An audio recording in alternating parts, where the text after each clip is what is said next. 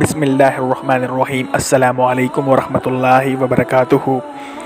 Daily Islamic information میں تمام دوستوں کو خوش آمدید کہتا ہوں۔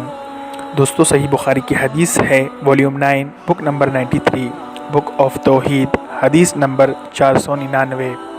ہم سے ابو الیمان نے بیان کیا، کہا ہم کو شعیب نے خبر دی، انہیں زہری نے، انہیں عمرو بن ابی سفیان بن اسعید بن جاریہ ثقفی نے خبر دی، جو بنی زہرہ کے حلیف تھے اور ابو ہریرہ رضی اللہ تعالی عنہ کے شاگردوں میں تھے، کہ ابو ہریرہ رضی اللہ تعالی عنہ نے بیان کیا کہ نبی کریم صلی اللہ علیہ وآلہ وسلم نے ازل اور کارا والوں کی درخواست پر ورث اکابر صحابہ کو، جن میں خبیب رضی اللہ تعالی عنہ بھی تھے، ان کے ہاں بھیجا۔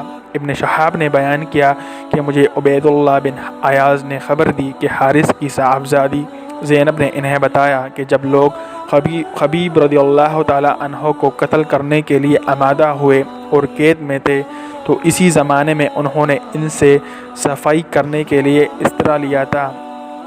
جب وہ لوگ خبیب رضی اللہ تعالی عنہ کو حرم سے باہر قتل کرنے لے گئے تو انہوں نے یہ اشعار کہے، اور جب میں مسلمان ہونے کی حالت میں قتل کیا جا رہا ہوں تو مجھے اس کی پرواہ نہیں کہ مجھے کس پہلو پر قتل کیا جائے گا، اور میرا یہ مرنا اللہ کے لیے ہے، اور اگر وہ چاہے گا تو میرے ٹکڑے ٹکڑے کیے ہوئے اعضاء پر برکت نازل کرے گا۔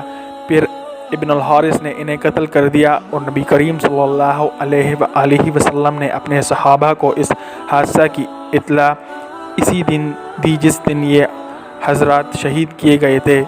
شکریہ دوستو احادیث سننے کا۔